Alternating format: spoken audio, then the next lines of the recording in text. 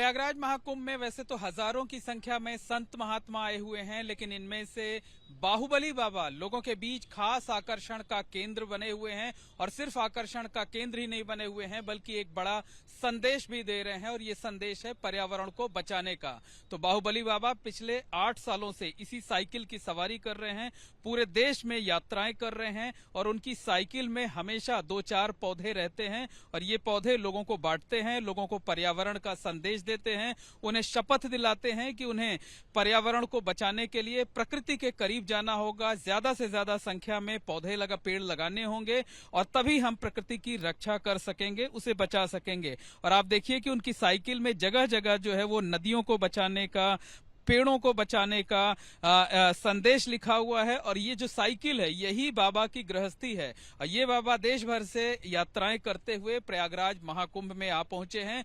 पूरे महाकुंभ में ये रहेंगे, शाही स्नान करेंगे, और लोगों के बीच जाकर उन्हें पर्यावरण के प्रति जागरूक करेंगे, संदेश देंगे, शपथ दिलाएंगे, संकल्प दिलाएंगे। तो बाहुबली बाबा हमारे साथ हैं।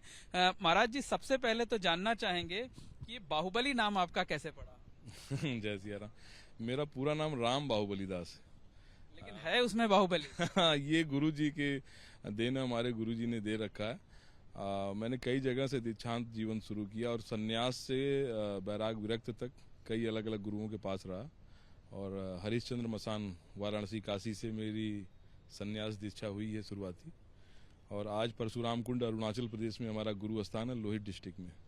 वहां से गुरु जी लोगों ने कहीं बल्ली और बाहुबली के नाम से जो है दीक्षांत गुरु, जो योग पट प्रेम पट हमारे नाम होते हैं, मतलब गुरु द्वारा नाम दिया गया है बाहुबली, और तब से ये जो है बाहुबली बाबा के नाम से मशहूर है। महाराज जी, लगातार आप पिछले 8 सालों से साइकिल यात्रा कर रहे हैं। साइकिल यात्रा कर आप पर्यावरण बचाने का संदेश दे रहे हैं, क्या कहना चाहते हैं इसके जरिए?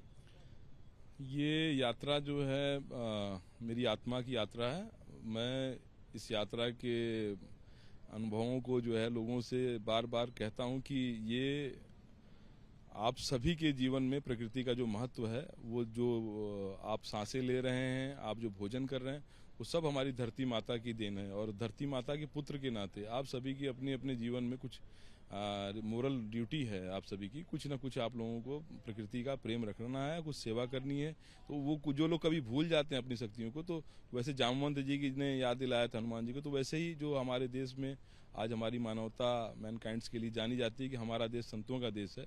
मानवीकरण हमारे क्या, उदारीकरण हमारे क्या, बहुत कुछ हमारे साधु संतों के। महाराज जी, आप लोगों को सिर्फ संदेश ही नहीं देते, जागरूक ही नहीं करते, बल्कि पौधे भी वितरित करते। हाँ, वो वितरण भी कर देते हैं। और जो स्कूल होते हैं गवर्नमेंट के, उनके अंदर थोड़ा जाके बच्चों के साथ में कुछ ऐसे स्कूलों में कहीं कहीं प्रयास करते हैं उनको, क्योंकि बच्चे ज्यादा जागरूक होते हैं और बड़े लोगों में थोड़ी ढीठपन हो जाती है, तो वो नहीं मानते हैं बातों को हमारी। पर बच्चों में काफी अवेयरनेस मैंने देखा कि उनको बताने समझाने से। तो हमने ये भी सुना है कि आपको दक्षिणा के तौर पे जो कुछ मिलता है, आप नर्सरी पे जाके पौधे खरीद लेते हैं।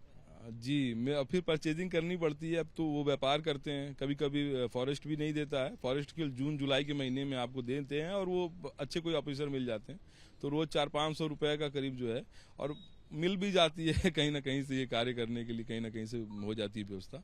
ये काम तो आप किसी भी तरह कर सकते थे, फिर साइकिल की सवारी करने की आपने क्यों तय किया कि साइकिल की सवारी करते हुए ही भ्रमण भी करना है, लोगों को जागरूक भी करना है, पौधे भी बांटने हैं? इसमें थोड़ा शारीरिक जो हमारे क्या तपस्या एक शब्द है हमारे इस तिलक के पीछे।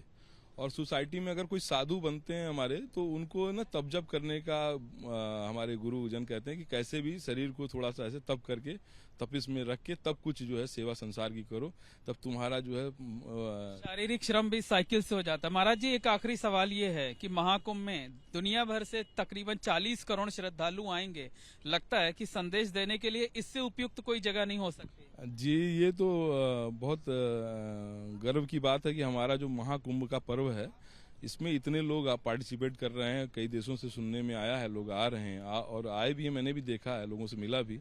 तो इस कुंभ के आयोजन में अगर हम लोग जो है वर्ल्ड इन्वायरमेंट पे अगर बहुत डिस्कस करें तो बहुत अच्छा होगा, क्योंकि इस समय विश्व में अगर कोई बहुत चर्चा का कार्य है या कोई विकासवाद से भी जो मेटेरियलिस्टिक जीवन हो रहा है, उसके आगे में थोड़ा सा हम अगर नेचर की तरफ जाएं, डाइवर्सिटी की मतलब हम जाएं, क्या हमारी नीड है, हमारी बिल्कुल जरूरत है और इस जरूरत को सबको समझना होगा और ये संदेश देने के लिए महाकुंभ से बेहतर कोई जगह नहीं हो सकता। थोड़ा आगे आइए भैया, क्या नाम है आपका? शिवम भाई पटेल। ये बताइए कि महाराज जी जो संदेश दे रहे हैं, पौधे बांट रहे हैं, प्रकृति के नजदीक जाने का संदेश दे रहे हैं, कुछ समझ आ रहा है? जी बिल्कुल, ये बहुत एक अच्छा इनिशिएटिव है और ये लोगों में एक जागरूकता पहुंचाएगा कि पर्यावरण आजकल ऐसे ही इतना पोल्यूशन फैल रहा है, तो अगर पेड़ पौधे लग रहे हैं तो ये पर्यावरण को शुद्ध करेगा और ये हमारे लिए काफ़ी अच्छा होगा।